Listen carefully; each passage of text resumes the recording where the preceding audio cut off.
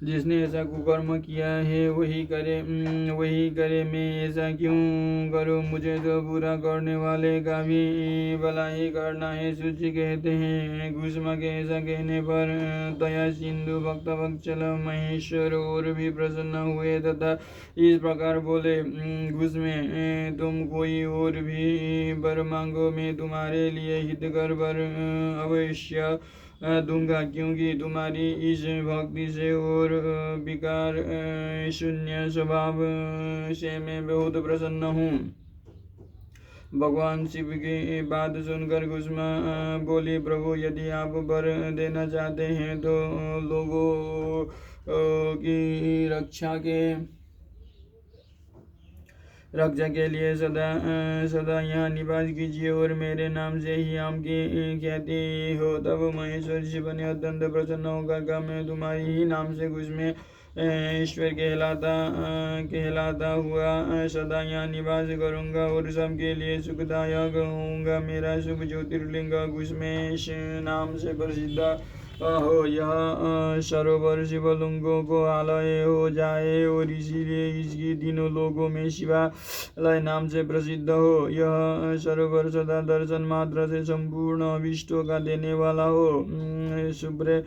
शुभ्रते तुम्हारे बस में होने वाली 101 पीढ़ियों तक ऐसे ही श्रेष्ठ पुत्र उत्पन्न होंगे, इसमें संशय नहीं है। वे सब के सब सुंदरी स्त्री, उत्तम धन और पूर्ण आयु से संपन्न होंगे, चतुर और विद्वान होंगे, उदार तथा भोग और मोक्ष रूपी फल पाने के अधिकारी होंगे। 101 पीढ़ियों तक सभी पुत्र गुणों में बड़े चढ़े होंगे। तुम्हारे वंश का ऐसा विस्तार बड़ा शोभादायक होगा। ऐसा कहकर भगवान शिव वहाँ ज्योतिर्लिंग के रूप में स्थित हो गए। उनकी घुस्मेश नाम से प्रसिद्ध हुई और उस सरोवर का नाम शिवालय हो गया।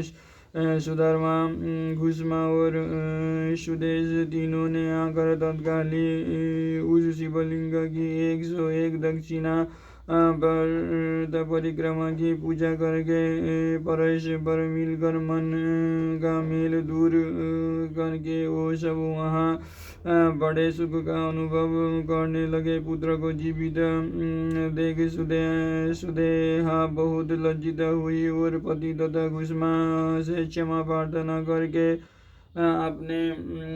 उसने अपने पाप के निवारण के लिए प्रायश्चित किया। मनुष्य को इस प्रकार घुस्मेश्वर का लिंग प्रकट हुआ। उनका दर्शन और पूजन करने से सदा सुख की वृद्धि होती है। ब्राह्मणों, इस तरह मैंने तुमसे 12 ज्योतिर्लिंगों की महिमा बताई। ये सभी लिंग संपूर्ण कामनाओं के पूरक तथा भोग और मोक्ष देने वाले हैं। जो इन ज्योतिर्लिंगों की कथा को पढ़ता और सुनाता है वो सब पापों से मुक्त हो जाता तथा भोग और मोक्ष पाता है।